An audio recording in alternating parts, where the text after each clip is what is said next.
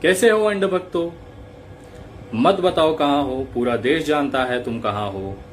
Gutter तो gutter. खैर, आज एक खुशखबरी देनी थी तुम लोगों को। मैंने कुछ महीने पहले नासा को मेल किया था। अमेरिका की जो जांच एजेंसी है नासा, जो अंतर्राष्ट्रीय ख्याति प्राप्त एक संस्था है, उसको मैंने मेल किया था कि आप हमारे भारत आइए। हमारे यहाँ एक सत्यानाशा है जो केवल झांसा देता है, और उसके जो सैनिक हैं उस पे जरा आप रिसर्च करिए। आपको हमें जानना चाहते हैं वो कौन सी प्रजाति के प्राणी हैं। उन्होंने रिसर्च की रिपोर्ट आई।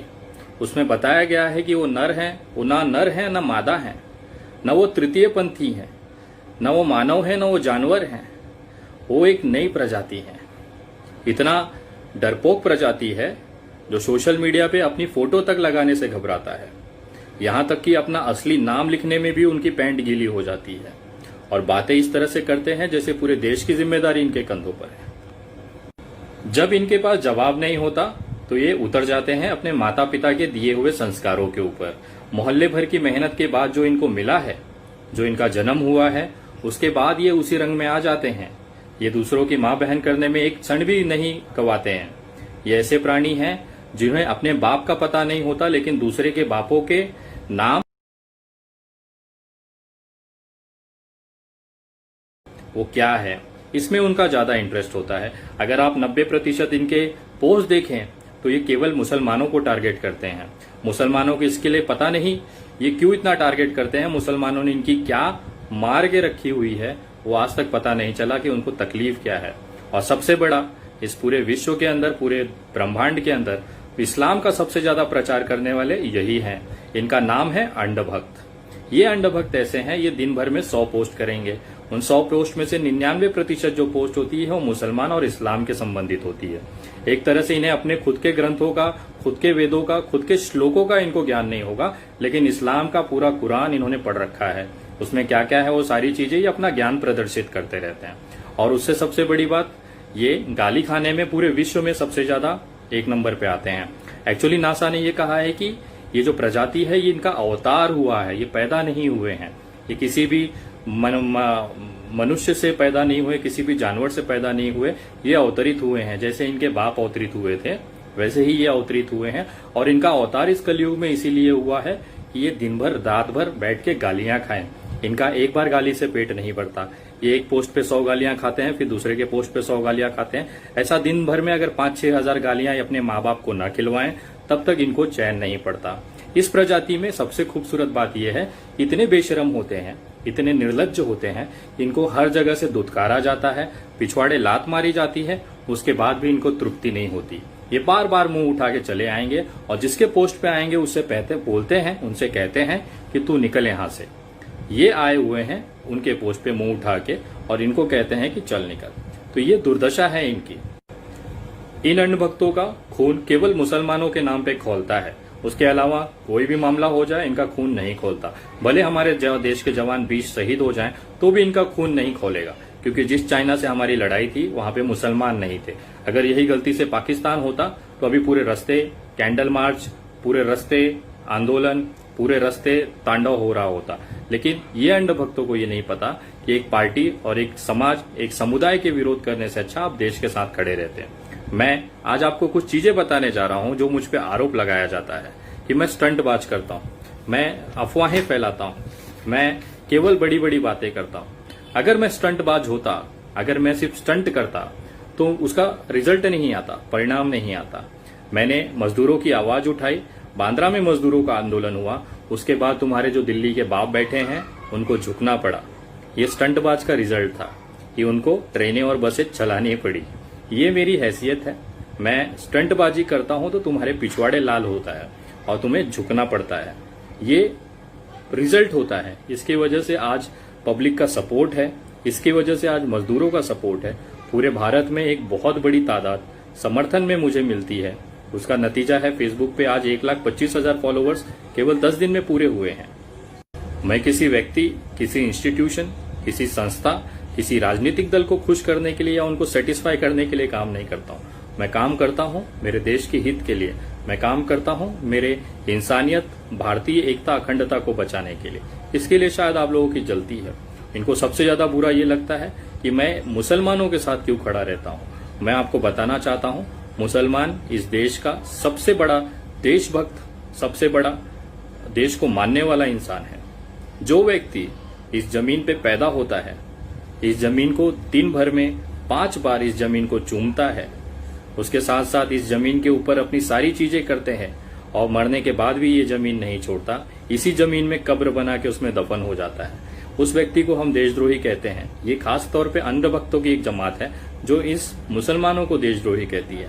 जो मुसलमान दिन भर में 5 बार अपनी जमीन चूमता है, अपने मरने के बाद भी ये जमीन नहीं छोड़ता, उस मुसलमान पे ये उंगली उठाते हैं और उसी जगह पे देवेंद्र सिंह जो इनका जीजा है उसको ये छोड़ देते हैं। जो आतंकवादियों के साथ पाया जाता है उसकी सरकार में, अंधभक्तों के जैसे देशभक्त सरकार में सबूत जमा नहीं हो पाते, चार्जशीट दायर नहीं हो पाती। मैं कहता हूं अगर देवेंद्र सिंह के गाड़ी में अगर जेएनयू या फिर जामिया इस्लामिया के छात्र मिले होते तो शायद उसको जमानत नहीं मिलती, लेकिन आतंकवादी मिले जो इनके चुनाव में मदद करते हैं, दंगे कराते हैं, देश पे हमला करते हैं और ये उस शहीद हुए हमारे सैनिकों के नाम पे वोटों की भीख मांगते हैं और सत्ता में आते हैं। शायद इसके लिए देवेंद्र सिंह को जमानत मिल गई। आज पूरे देश में, पूरे विश्व में भारत की छवि इतनी सत्यानाश हुई है चीन की वजह से, जो हमारी जमीन उन्होंने हड़पी है। लेकिन हमारे प्रधानमंत्री जी ने खुद आके ये कबूल किया है कि हमारा कोई विवाद ही नहीं है, हमारे कोई वहां पे जमीन हमारी किसी के कब्जे में नहीं है, चीन की तरफ से या हमारी तरफ से कोई झगड़े ही नहीं है। तो ये 20 जवान आखिर शहीद किस नाम पे हुए? देश शर्मिंदा है कि हमें ऐसे प्रधानमंत्री मिले हैं जो अपने आप को 56 इंची कहते हैं, लेकिन मुझे आज तक समझ में नहीं आया वो 56 इंच सीना था या पिछवाड़ा था। मैं आज आप सभी से कहना चाहता हूं कि आज आप लोगों को ये समझने की जरूरत है कि देश में देश को तोड़ने वाली सरकार है। सेना को बदनाम कर दिया, उनकी शहादत को खत्म कर दिया। जिन लोगों ने, जिन परिवारों ने अपने बेटे खोए हैं, उनको आज कैसा महसूस होता होगा कि हमारे देश का प्रधानमंत्री कह रहा है कि कुछ हुआ ही नहीं है। ये वही लोग हैं, एक्चुअली सत्ता जो है वो बे औलादों के हाथों में है, जिनको औलाद का फर्क, औलाद का दर्द नहीं पता होता है, वो इस तरह की भाषा इस्तेमाल करता है।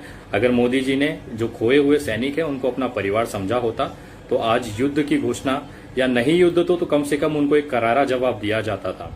इनके अंडरभक्त फेसबुक पे चिल्लाते हैं 1962 में भी चीन ने जमीन हड़पी थी, तो बेटा उस समय युद्ध लड़के हमने, वो हार हुई थी, उसके बाद वो जमीन हमारे हाथ से गई थी, उस समय युद्ध हुआ था। कम से कम इस बार बिना युद्ध हुए हमारे सेनाओं को मरने दिया और उसके बाद हमने जमीनें छोड़ दी। ये सबसे बड़ा कलंक है हमारे देश के ऊपर, और ये आज तक सही में मोदी है तो मुमकिन है, आज तक इस देश के इतिहास में ऐसा कभी नहीं हुआ था। मैं आज सभी से कहना चाहता हूं कि आप सबको ये समझने की जरूरत है कि देश का जो एक माहौल है, केवल भारतीय जनता पार्टी ने गंद मचा के रखी हुई है, गंदगी फैला के रखी हुई है।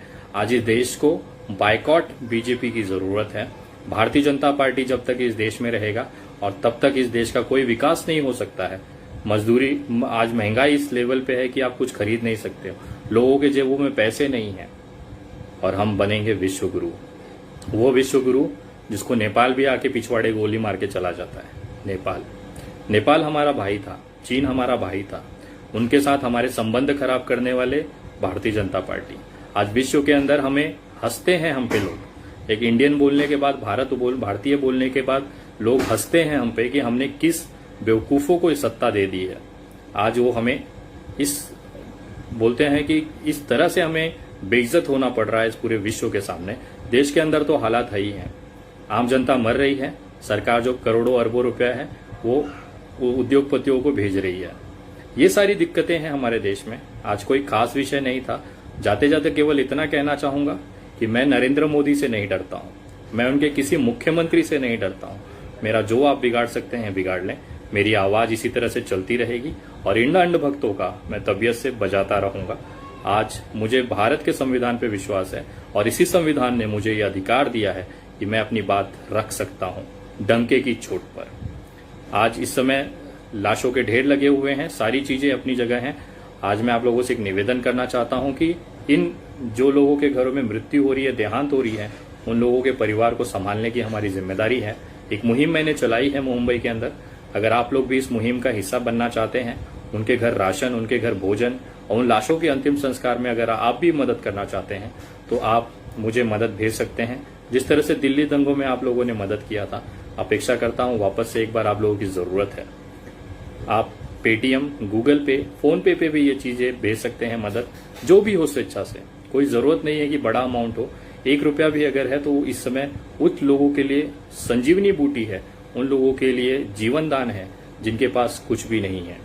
तो आप पेटीएम, गूगल पे, फोन पे भी कर सकते हैं।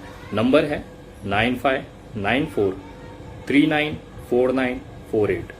मैं नंबर वापस बोलता हूं 9594394948।